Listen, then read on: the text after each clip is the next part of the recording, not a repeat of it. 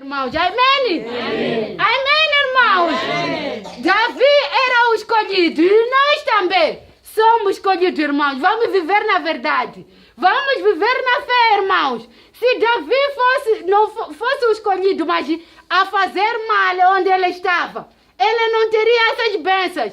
Ele não seria o escolhido. Por quê? Porque ele não fazia nada, Davi.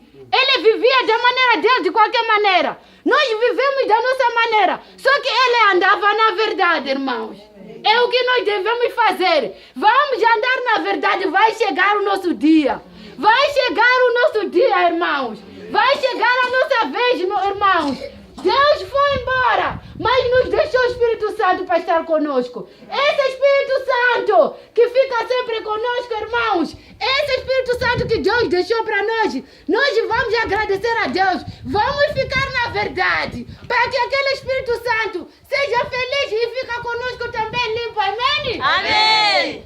Vamos agradecer a Deus, irmãos. Amém. Vamos estar na verdade, irmãos. Amém. Eu não sentindo mais alongando minhas palavras, né? Antes kuendera mberi. Amen. Assim, deixa se algo né? Baba Bishop atike na jatataura. Amen. Tozona zvimwe zvinotera. Amen.